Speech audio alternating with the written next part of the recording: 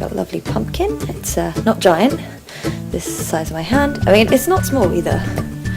I've got some carrots I wanted to use up, 2 sweet potatoes, and literally just a couple of heads of broccoli to give it that kind of like green little bits in it. Obviously you need a bouillon powder. I mean, you don't have to use a bouillon powder, but it helps with like soup bases, it's like stock.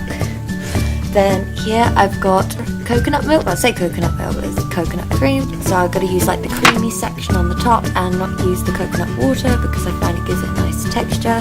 Black pepper, salt and turmeric. I'd probably add a bit of nutmeg as well, because nutmeg is good. Normally add a bit of chili, but I don't have any chili left, so it's going to be like a sweet, savoury soup. So it's the first time I'm going to be using a slow cooker. Yes, I've never used a slow cooker before, so this is an experiment for me. So first things first, I got to chop up all the vegetables and put them into the slow cooking.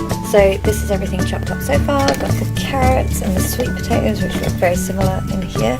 Got the broccoli in the bottom. And I just remembered that I had some corn left over, so I'm going to add this corn. And I've just got to cut up the pumpkin and add the water and it'll start cooking. Now that I've got the lid off of my pumpkin, as you can see there's lots of seeds and stuff in here and the pulpy bits, which are a bit gross. But pumpkin seeds are super good for you, so I'd recommend, if you can be bothered, because it's not hard at all, to just take out the pumpkin seeds, you know, like scoop out your pumpkin.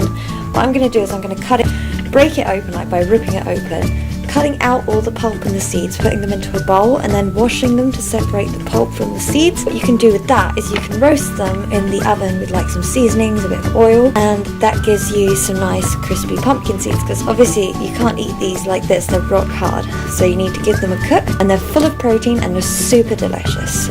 So I've literally just cut the lines and then I ripped them up like using 2 of my hands, like to pull either side apart. You see all the lovely seeds and the pulp. The pulp is kind of gross. I have no idea what to do with pulp. Right, so this is the plate of pumpkin seeds that I've just harvested from these bits of pumpkin. You see they've still got a bit of like fibrousness to them. So I'm just going to wash these inside and out, just because, you know, you don't know who's been touching these pieces and how long it's been in the shop. But this is quite a lot. Like you see, this is my hand.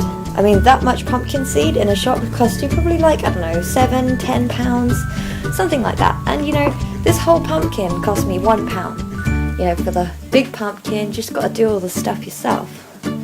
So I'll just wash these, pop these away to sort out later, and then I'll cut them up and I'll show you the next stage. So here I've literally put half of the pumpkin that I've chopped up and cleaned and everything into the slow cooker.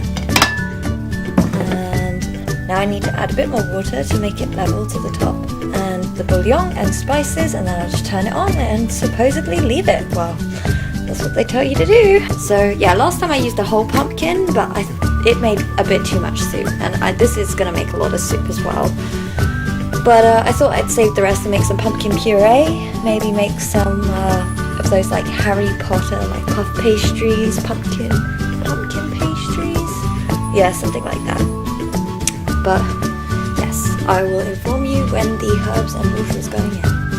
So here I've thought ahead a little bit and my hands are free now because I've set up my tripod. I'm going to add more hot water until it's about level. Now I would be more accurate about this, but I don't know, I'd say you need at least 4 tablespoons of soup stuff, bouillon. I'm going to turn it up to high.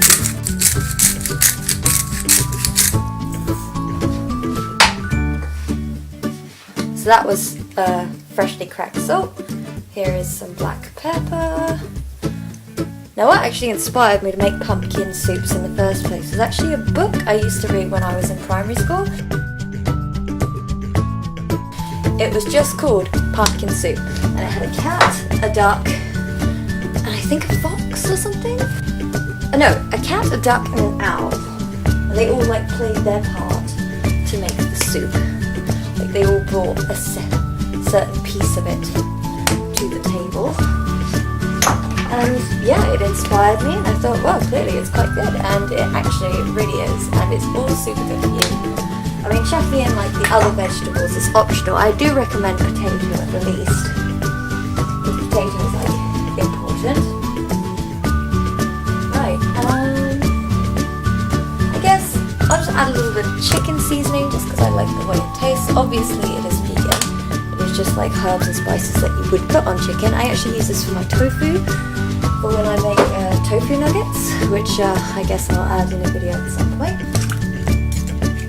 Just trying to stir that up a little bit. Now, I've never used the slow cooker. I'm worried something bad is going to happen. The fact that it's on a box or next to a poster, I do not know. Good, it's looking pretty super brothy.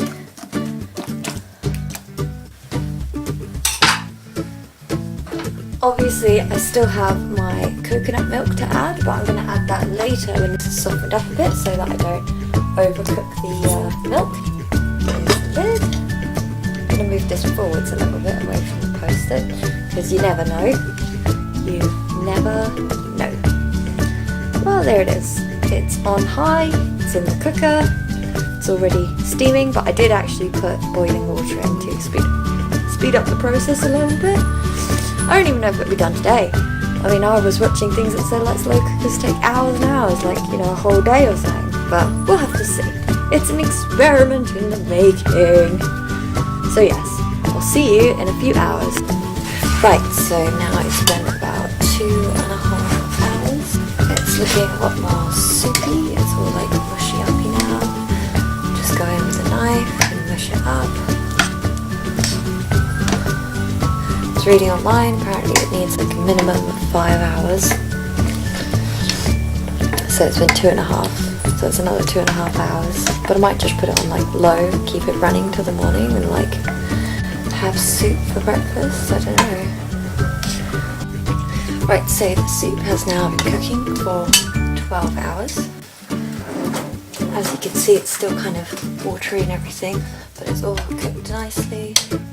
So all that's left now is to add the coconut milk. So to just add the cream, just open your tin. And you see that it separates to the top, all the creamy bits. You literally just scoop that out until it starts to look watery. So I don't want it too watery.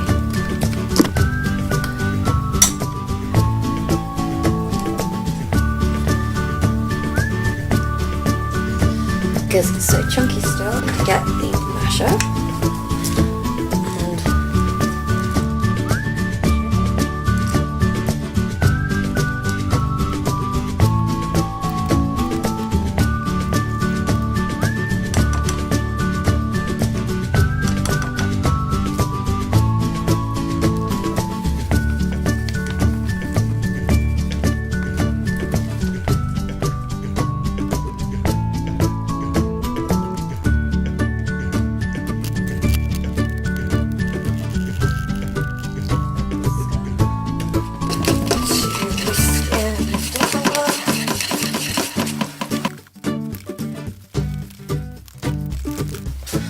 Gonna put the lid back on and then leave this until I want to eat it. So this has now been cooking for 14 hours and it's thickened up. See, it's like a nice thick consistency now. So I'd say this soup just needs a few more herbs and spices. A little bit of chicken seasoning. I would normally add a bit of paprika, chili, fresh herb, things like that. Need some nutmeg. And at least some salt. And a touch of black pepper. For acidic purposes, just a tiny little splash of vinegar. Mix that all in.